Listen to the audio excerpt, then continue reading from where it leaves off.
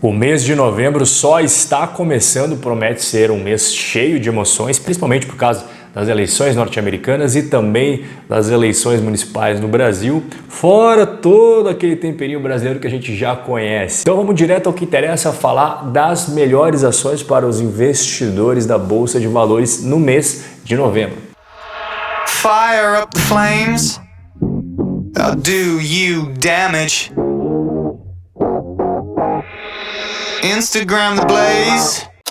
Caso você esteja chegando agora aqui no canal pela primeira vez, saiba que aqui a gente fala de investimentos visando longos horizontes de tempo e nem sempre as pessoas elas têm percepção de que a Bolsa de Valores é com foco no longo prazo. Existem várias estratégias de investimento, o pessoal, por exemplo, que compra e vende ações no mesmo dia, o pessoal que faz day trade, o pessoal que compra num dia e tenta vender daqui a 3, 4, 5 dias, o pessoal que faz swing trade.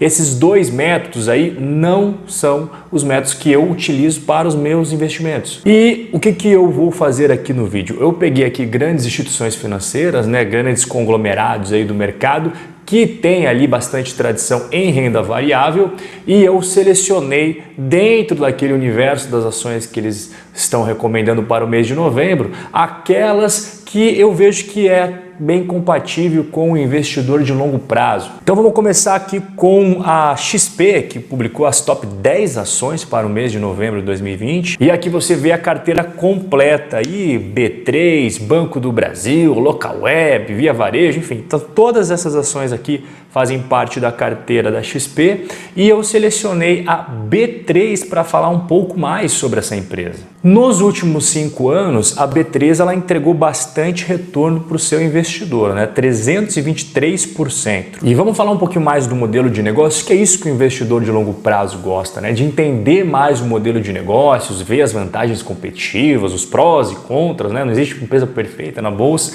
Então aqui você vê a distribuição de receitas da B3. Você vê ali que tem mercado de balcão, tem também as receitas com tecnologia, dados e serviços. A gente não pode deixar de lado, que é o principal foco aqui, as ações e instrumentos de renda variável. E um dos grandes pontos aí que a gente viu nos últimos tempos foi a inserção de pessoas físicas na renda variável, a Bolsa de Valores. Esse gráfico, inclusive, está no meu Instagram, sempre posto conteúdos diferenciados lá para você. Aqui embaixo, inclusive, eu vou deixar 3 convites. O link, claro, para o meu Instagram, igual eu acabei de falar, para o meu Telegram e também para você receber conteúdos direto na caixa de entrada do seu e-mail, inclusive aulas gratuitas que eu mando para o pessoal que faz parte da lista VIP, tá aqui embaixo. Então olha só, 2016, 2017, aquele meio termo ali, a bolsa realmente com um número bem pequenininho de investidores de pessoa física, a gente começou a ter uma explosão aqui de CPFs. Isso ajuda bastante, mas tem também aquela grande leva que nós estamos tendo aí nos últimos tempos de IPO, ofertas de ações batem recorde em 2020, 94 bilhões de reais e pode terminar com mais ainda, 115 bilhões se você somar IPOs e follow-ons. Vamos agora analisar os dados, longos horizontes de tempo, tem que ver também, por exemplo, a receita, como é que está indo. E aqui a gente percebe aquela escadinha que o investidor adora ver, crescimento ano após ano da receita líquida da empresa. E quando a gente vê para o principal ponto, quando você analisa qualquer negócio, que é o lucro líquido, a gente vê que também existe uma tendência de crescimento no longo prazo. Claro, aqui em 2017 tem uma caidinha, mas quando você analisa não apenas a árvore e a floresta como um todo, você vê uma tendência de crescimento. Vamos para a próxima carteira, é a carteira top dividendos da XP, que são aquelas empresas que têm um foco diferenciado, Aqui são aquelas grandes pagadoras de rendimentos. E a carteira de dividendos é bem menorzinha do que aquela que a gente acabou de ver, tem empresas bem conhecidas aí, inclusive o pessoal gosta bastante de elétricas na XP, A gente está vendo aí a carteira na sua tela, e aqui eu fiz a mesma coisa, eu pincelei uma empresa que eu quero comentar um pouco mais para você, que é a ENGIE. Então a ENGIE aí nos últimos 5 anos, ela está valorizando na Bolsa Brasileira mais de 41%, e uma coisa que eu gosto bastante desse modelo de negócio é a diversificação dentro do portfólio da ENGIE. Então dá uma olhada aqui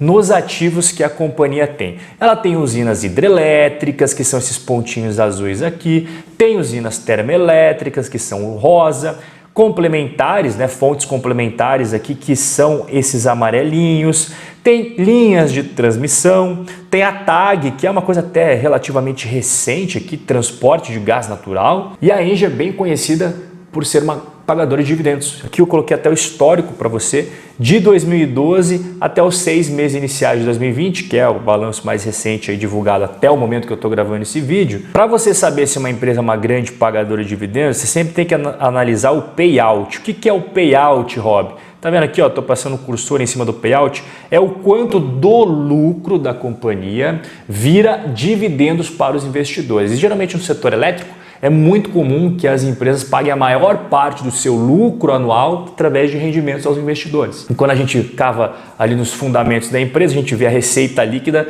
mais uma vez, né? Eu sempre gosto de falar aquela boa e velha escadinha de crescimento no longo prazo. E o lucro líquido também, a gente vê uma tendência de crescimento. Olha só, aqui você vê na tela de 2016 até os últimos 12 meses a partir do momento que eu estou gravando esse conteúdo. Vamos para a nossa terceira carteira, dar uma analisada, que é a carteira de ações para novembro do BTG Pactual. E aqui você vai conferir quais são as empresas que eles estão falando, né? Tem Vale, Petrobras, Gerdau, B3, que a gente já falou, Cyrela, e eu destaquei a Magazine Luiza aqui para a gente comentar um pouco mais sobre ela. A Magalu, em relação à rentabilidade nos últimos 5 anos, não tem nem o que falar, né? Mais de 62.000%. É uma das grandes ações vitoriosas da Bolsa Brasileira nos últimos 5 anos. E a Magalu não é mais aquela empresa física que tem só venda de geladeira, venda de micro-ondas, venda de TV. Essa fase da Magalu já passou faz tempo. Hoje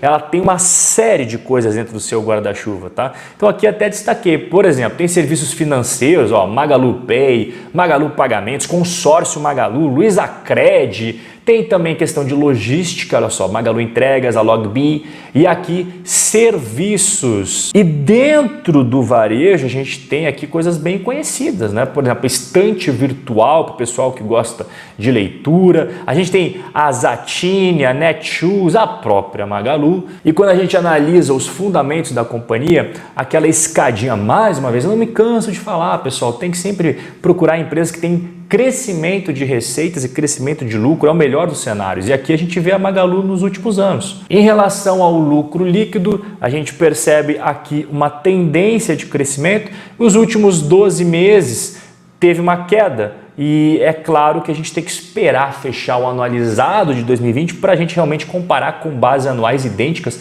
para ver de fato como que foi esse ano tão conturbado aí de 2020 para todas as empresas, né? Algumas mais, outras menos. Quarta carteira de dividendos agora do BTG Pactual para o mês de novembro. Então aqui estão as empresas BB Seguridade, a Transmissora Paulista, a Engie, que a gente já falou, a Telefônica, e eu destaquei em amarelo para a gente conversar um pouco mais, a Taesa, olha só. Então a Taesa nos últimos 5 anos ela subiu 43,5% na Bolsa Brasileira e ela tem também um portfólio bem interessante. Dá uma olhada aqui as linhas de transmissão da Taesa, aquelas que já estão operacionais. São essas linhas aqui em azul, você percebe que tem no Brasil inteiro, e aquelas que estão em construção são essas em verde, ó, você consegue conferir aqui na tela junto comigo? E quando a gente fala em setor de linha de transmissão, tem uma sigla bem importante que é RAP. O que significa isso? Receita Anual Permitida. E quando a gente analisa o market share, né, o tamanho, a fatia de mercado ali da Taesa em relação ao RAP operacional, a gente percebe que ela é a segunda maior, olha só, tá vendo aqui, ó? Tô até passando aqui o cursor para você. E aí a gente, como investidor de longo prazo, analisa a receita líquida da Taesa, aqui você percebe os últimos 5 anos, e a gente nunca pode deixar de lado o lucro líquido. Então aqui na tela você consegue conferir também como é que está o lucro da companhia nos últimos anos. Vamos para a quinta carteira, que é a carteira recomendada de novembro do Banco Safra. E aqui tem uma série de ações, tá? Algumas bem conhecidas do pessoal, Bradesco, Banco do Brasil, Itaú, BB Seguridade, B3, que a gente já conversou, Vale, Bradespar, enfim, é só você dar uma olhada aqui, ó, nas empresas que estão todas disponíveis aqui para você ver com calma. Mas eu vou pegar um dos bancões para a gente falar mais a respeito, que é o Itaú Unibanco. O Itaú, nos últimos 5 anos, valorizou 40% na Bolsa Brasileira. Só que aqui eu quero mostrar um gráfico um pouquinho diferenciado, porque eu sempre vejo o pessoal falar que dividendos não importa. E eu falo, dividendos importa, e se você conseguir reinvesti-los dentro do seu patrimônio, ali em ativos de valor, importa mais ainda. E para provar isso que eu estou falando para você, aqui nós temos o Itaú, as ações do Itaú em laranja, ajustado por dividendos. Aqui a gente tem o Itaú ajustado sem dividendos, tá? E aqui em vermelhinho o CDI, o Ibovespa em roxo e o dólar aqui em verdinho. Olha a diferença que você consegue perceber na tela entre TUB4 ajustado por dividendos e sem ajuste por dividendos aí nos últimos 12 anos, a evolução de R$100. Inclusive já saiu o terceiro trimestre de 2020, saiu algumas horas atrás aqui no momento que eu estou gravando esse conteúdo e já separei para você o lucro líquido da companhia no terceiro trimestre de 2020 foi de 5 bilhões de reais, ó, tá vendo aqui, ó, foi inferior ao terceiro tri de 2019, é verdade, e quando a gente pega os 9 meses iniciais de 2019 e compara com 2020, a gente está tendo uma queda de 37%. Mas como investidores de longo prazo, a gente sempre gosta de ver a floresta e não a árvore. Então aqui você percebe os últimos anos de lucro líquido do Itaú. Dessas 5 ações que eu falei hoje, qual dessas que você tem na sua carteira? Escreve aqui embaixo para eu saber. E é isso aí, rapaziada. Nós chegamos ao final do nosso vídeo de hoje. Um forte abraço e a gente se vê no nosso próximo encontro.